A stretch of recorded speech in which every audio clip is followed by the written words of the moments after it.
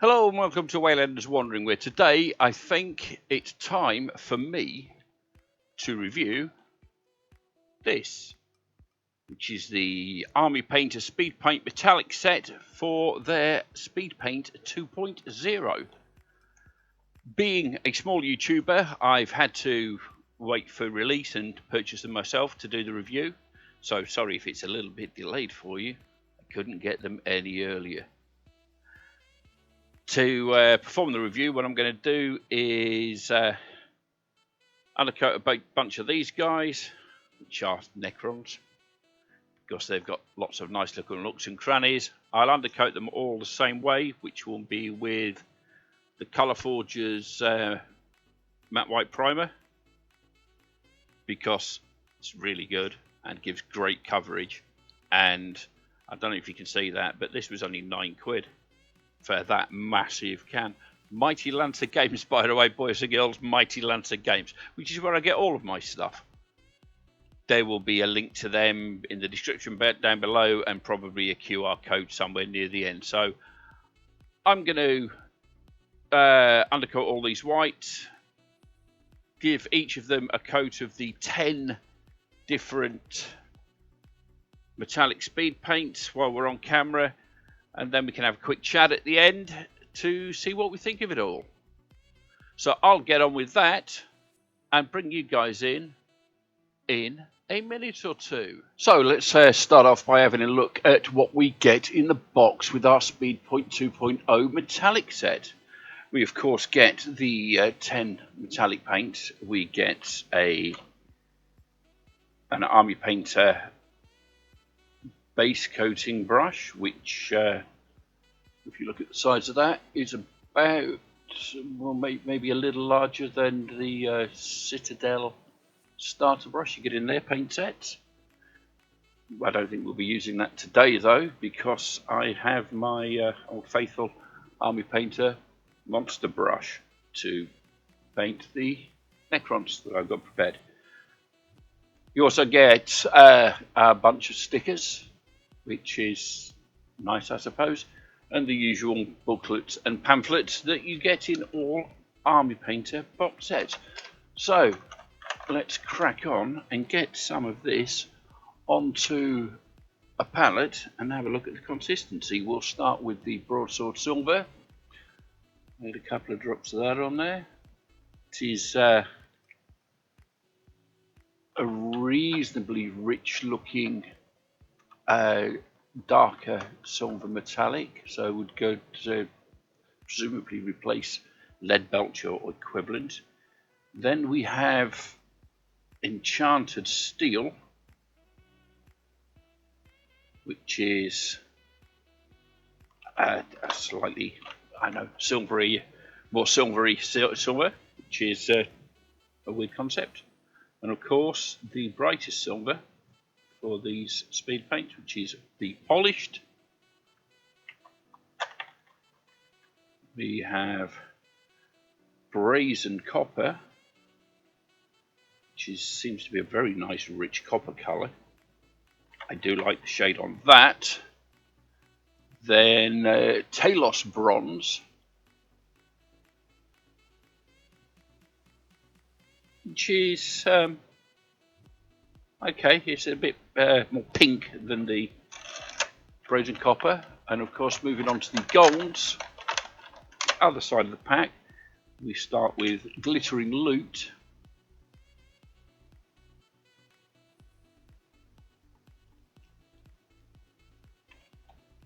which again has hints of sort of red to it. We have a Hoplite Gold,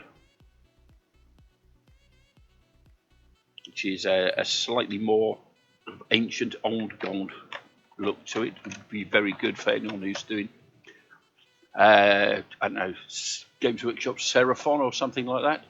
Next we move on to Golden Armor, which I'm going to guess is an equivalent to Retributor Armor, but not quite. Oh, I don't know. Yeah, I think it's very close to Retributor Armor. So there's your Custodes sorted.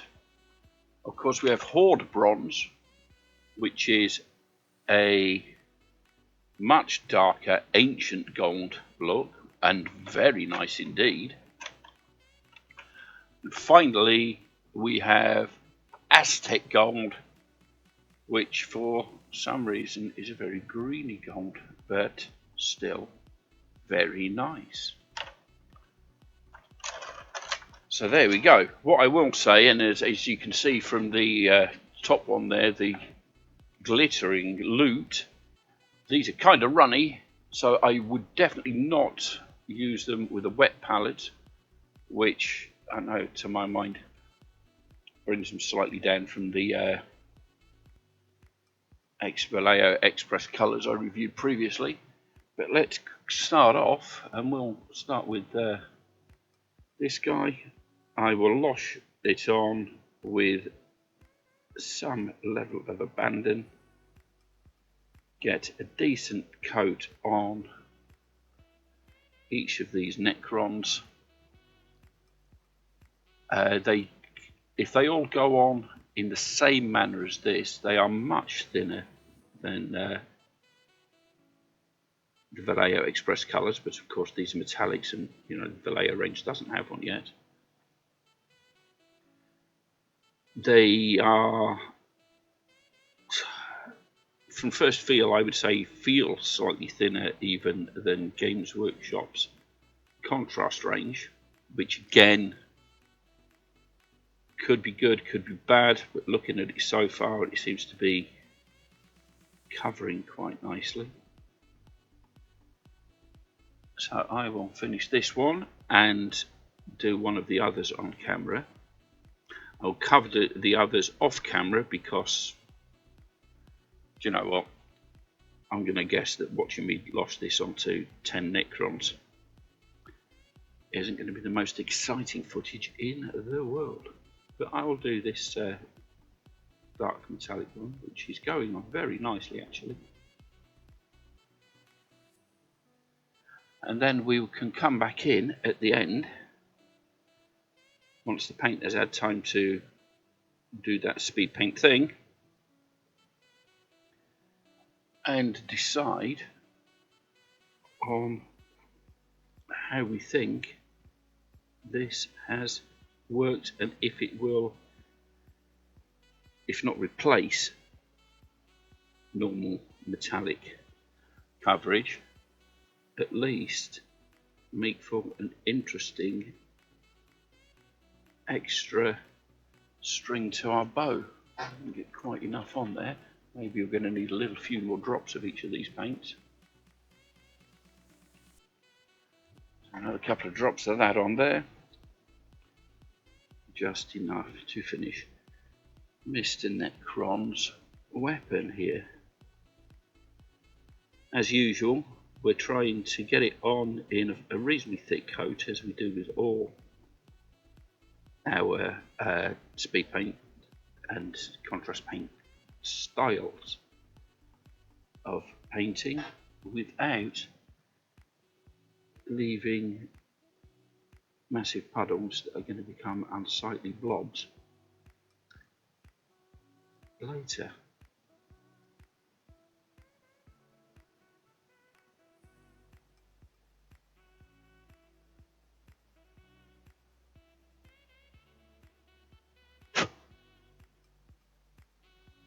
There we go, that's that one done. Quick rinse of the old brushy. And what should we do as the second one? Let's do the Aztec Gold, because I quite like to see how this greeny gold is going to go on. First impressions from this first brush load and the first few brush strokes, this is going on a little better than the silver metallic version.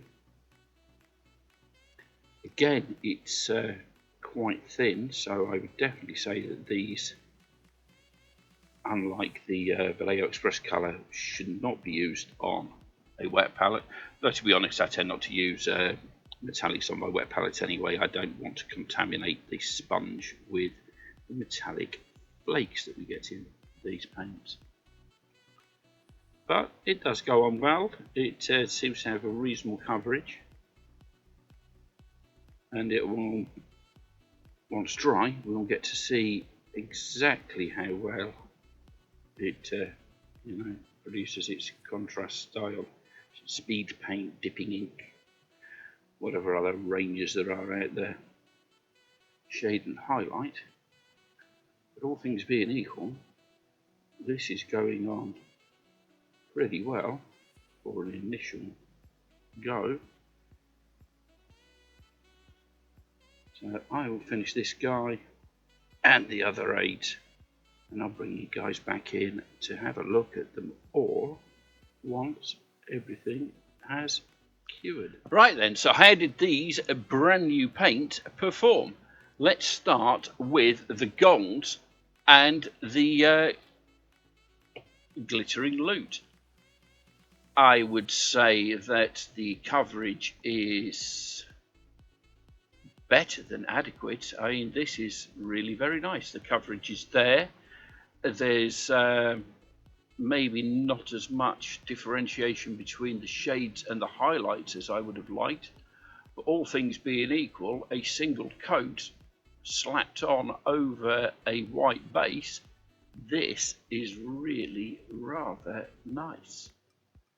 So out of 5, I would say 3.5 out of 5, and it only really loses points because, as I said, the shade and highlight effect didn't quite work with the glittering loot. So glittering loot, 3.5 out of 5.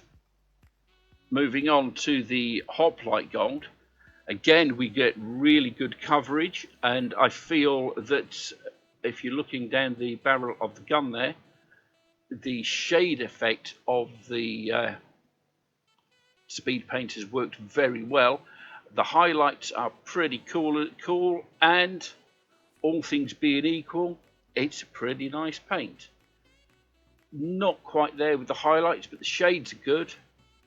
So let's call this one, again, a 3.5 out of 5.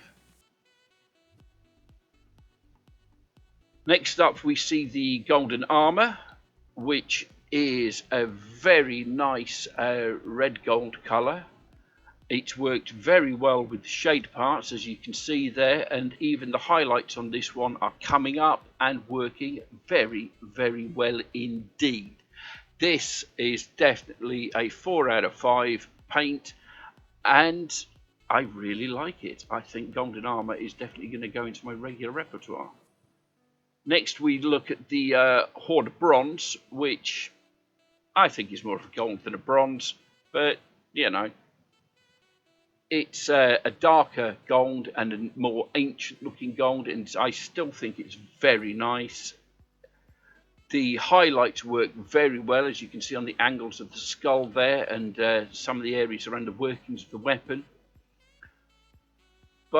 And the shading is also pretty good. It's just that those flat surfaces doesn't quite cover as well as I would have liked, and in places, this is probably me rather than the paint, but in places you do get that ugly pooling like you see on the bottom of the scythe blade there. So I think for this one, I don't know, I like the way the shades worked, I like the way the highlighters worked on it, but that little bit of pooling, which, yeah, I think was definitely me. So let's call that one a 3 out of 5. I will use it possibly. Now we move on to the Aztec gold, which is the very greeny looking gold, and again, great coverage. The shade and the highlight, as you can see, particularly around our Necron's head and on the weapon there, are very nice. We don't get that same ugly pooling, but you do get decent coverage over the flatter top surfaces. So I think that this Aztec gold is probably my favourite of the golds. This is a 4.5 out of 5 paint. If I ever need an ancient looking gold, so if I do start a Seraphon army, this is going to definitely be in my go-to bag for all those metallic parts on the Seraphon. This is a great little paint. Next up, it's time to look at how the silvers and coppers and bronzes performed. Starting with the silvers, from the very left we have broadsword silver, which again had fantastic coverage, gets a lovely metallic effect. The deeper recessed parts, as you can see here on the weapons barrel and on the Necron's chest, are particularly effective.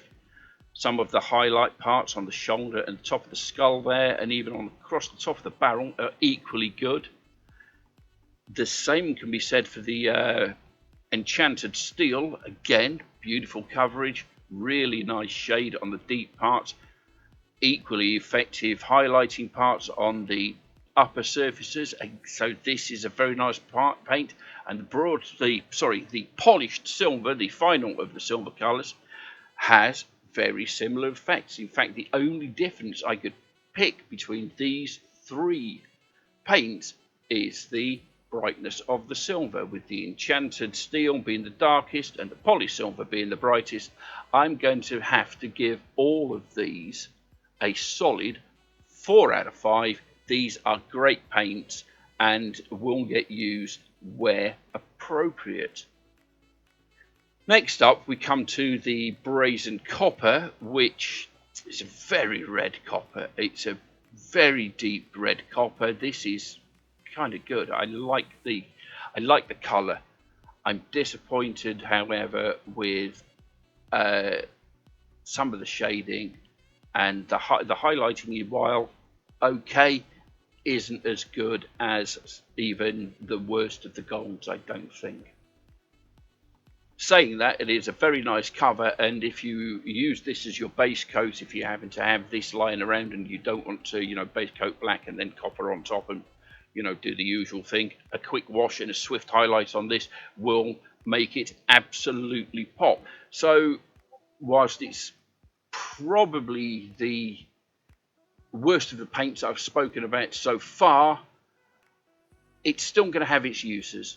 It's definitely still going to have its uses. So let's call this one an only just 3 out of 5.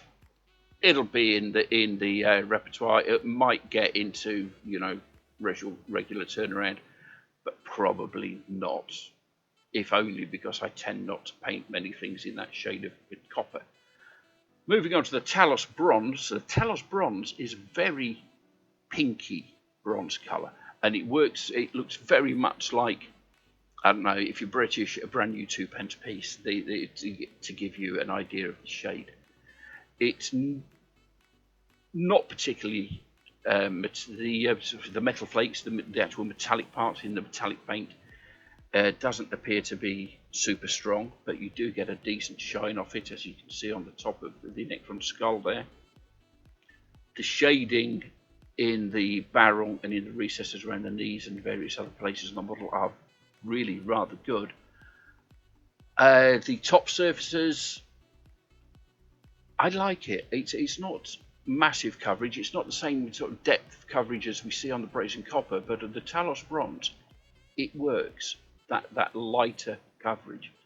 And if you look at the chest marking on our Necron friend there, and around the other parts of the miniature where we would expect to see highlights, it's worked out really well. I didn't think it was going to be when I was first putting it on, because, as I say, it's not a particularly strong metallic effect. It's not a particularly strong colour, but it really, really works. This is my favourite of the colours so far. But again, whilst it will remain in my repertoire and remain on rotation, it's not really a colour I use very often. Bronze, I tend to print sci-fi miniatures. Coppers are bronzes and coppers are less prevalent than silvers and golds. That's just the way it is. All things being equal, I would definitely recommend to anybody to get these new Speedpaint 2.0 metallics. They are, for the price of the box, I think it was £37, maybe a little more, maybe a little less. I don't recall off the top of my head. I don't get freebies yet. My channel is very small, and only you can help me to fix that. But for the retail price from your friendly local game store, this is a good purchase. It will speed up your painting, and they are nice. I really like them. I hope this little video has been useful to you. I definitely recommend these paints, and I think that they'll fit in your repertoire too.